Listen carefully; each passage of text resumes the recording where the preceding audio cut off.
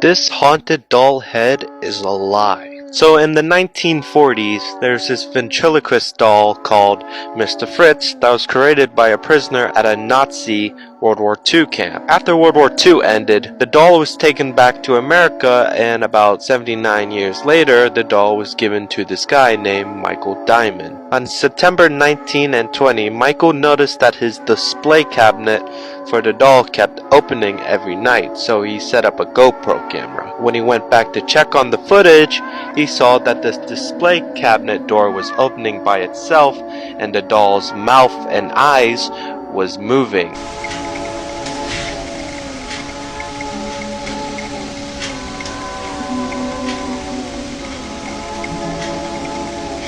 After that, he decided to lock his display cabinet with metal chains and cover it with a blanket.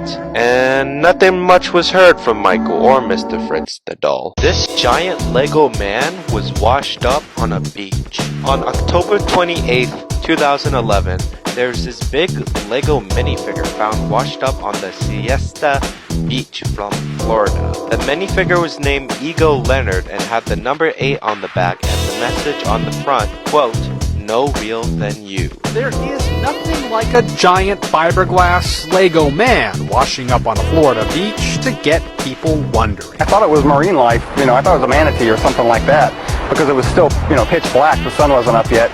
And then, of course, when I got up to it, I realized, it's some big Lego looking thing, so I just kind of drug it up out of the surf so it wouldn't float away. So I figured he probably fell down from up above somewhere, so I don't know where it came from. I kind of think it was from the UFO people, I really do.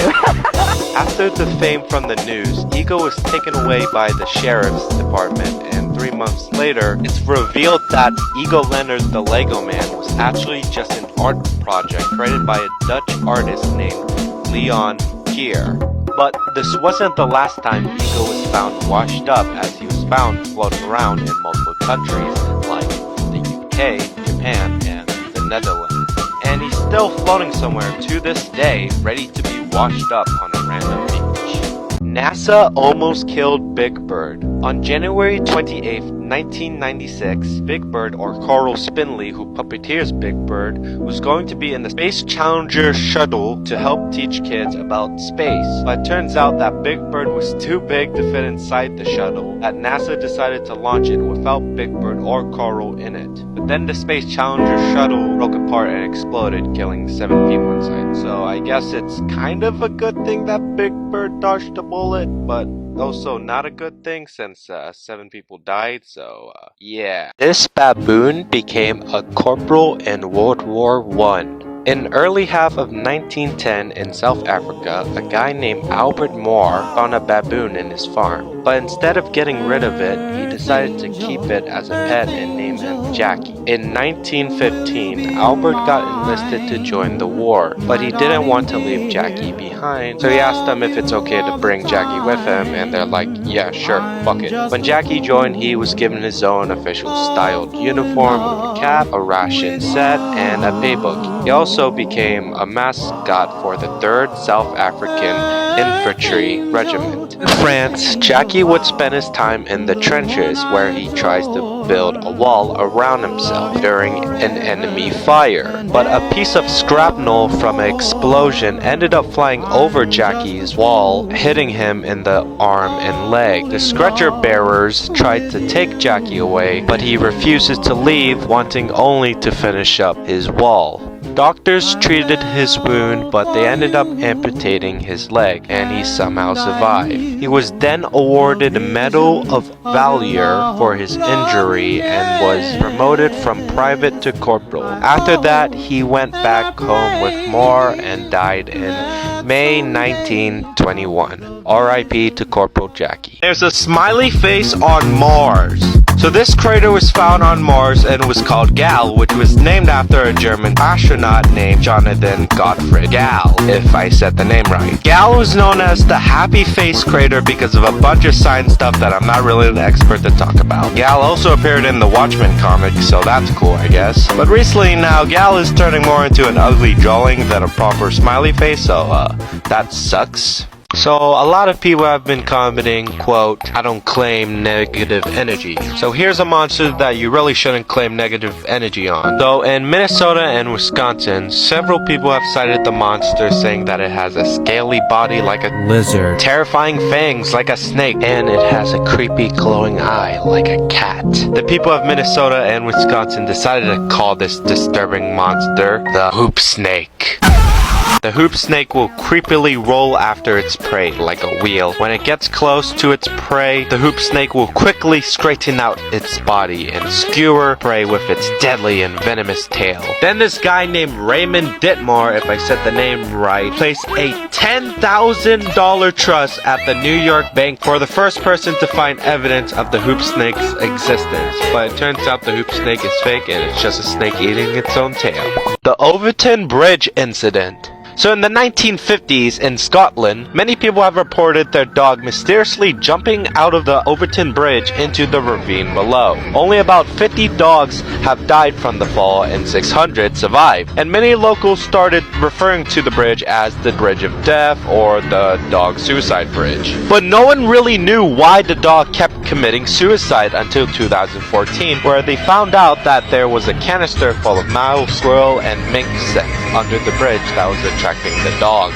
But this wasn't over yet, since there was another darker incident where in October 1994, a paranoid schizophrenic named Kevin Moy throws his 2-week-old son off the bridge because he believes that his son is the incarnation of the devil due to his fucking birthmark. After the murder, he tries to commit suicide by jumping off the bridge, which ended up failing and was sent into a mental hospital. Jenny Haniver. Jenny Haniver is a mummified carcass of a stingray skate that's been modified to look like some kind of demon. Jenny was used as a hoax in old Dutch times. Many people thought Jenny was some kind of mermaid or a basilisk, which is a reptile creature that could kill a person with a glance.